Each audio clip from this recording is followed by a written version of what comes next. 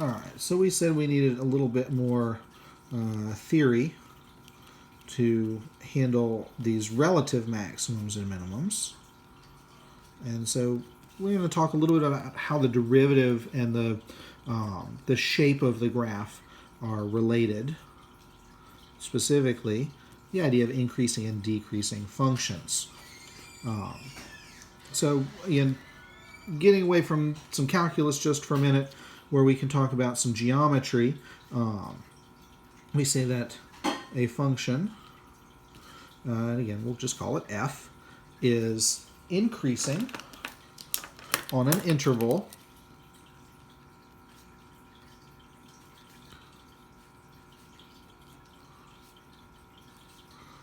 say from a to b,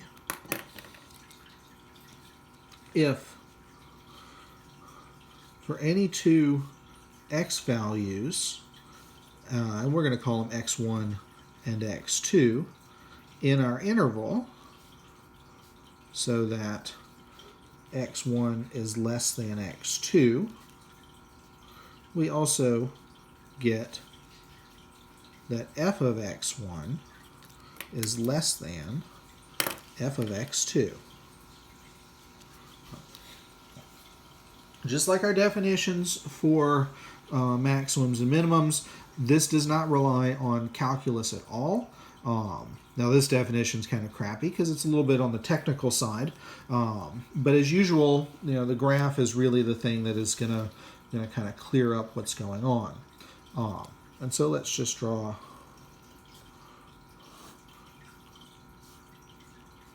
a nice little graph. Now, notice in our definition here that we are working on an open interval, not a closed interval. And in fact, these could be unbounded. So we could have infinity or negative infinity as either side. The part is not going to make much of a difference to our definition. And we're going to draw a simple little gentle curve from x equals a to x equals b. And then we're going to pick two x values in between there somewhere. And it should be pretty easy to see that x1 is less than x2. x1 is on the left of x2, and that's exactly what less than means. When we go to look at the corresponding function values, notice that f of x1 is below f of x2. And again, that's what this whole idea of less than is really telling us, that it is less than, it is below. x1 is less than x2 is to the left.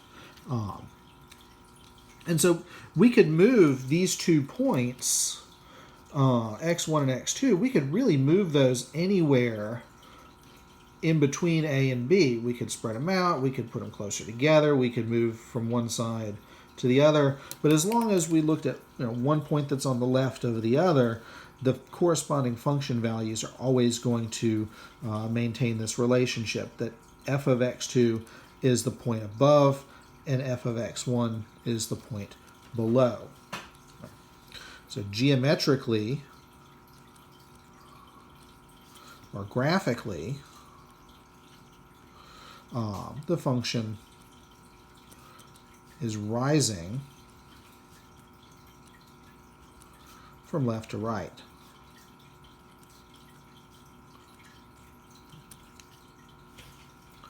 We say, kind of on the flip side, that our function is decreasing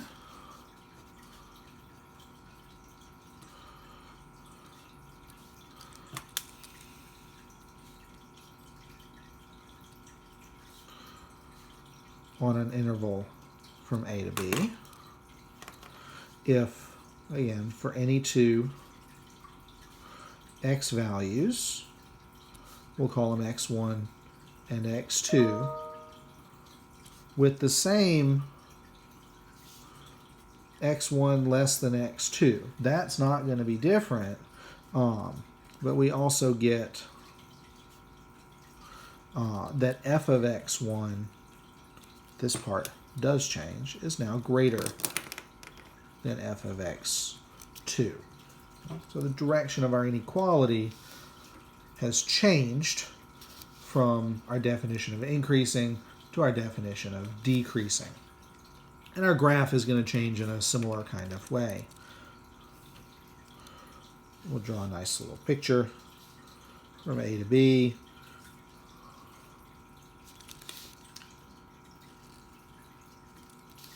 A nice sort of gently sloping curve.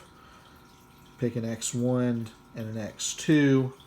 We still have that x1 is to the left of, it's less than x2. But now the corresponding function values,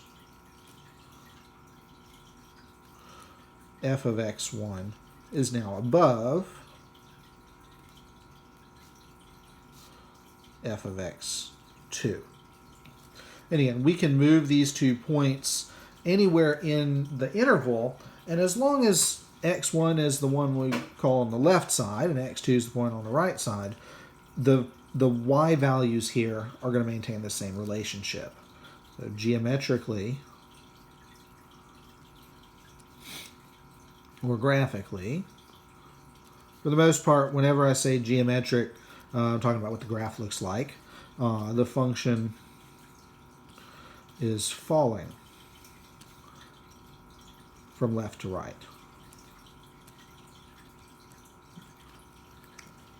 Now again, just as our definitions for maximums and minimums, we do not require any kind of calculus to make these definitions work.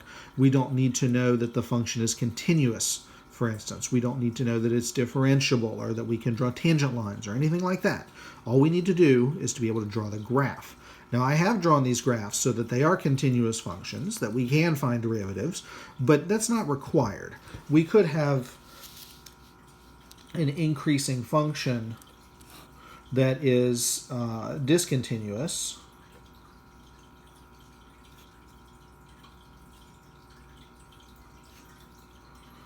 if we like, and the function is still rising as we move from the left side to the right side. The function is still climbing, it's still going up. And we could do something similar for a decreasing function just by flipping this picture upside down. So, again, continuity not required, differentiability not required. All of that stuff is going to work just fine, even if our function is discontinuous or not differentiable.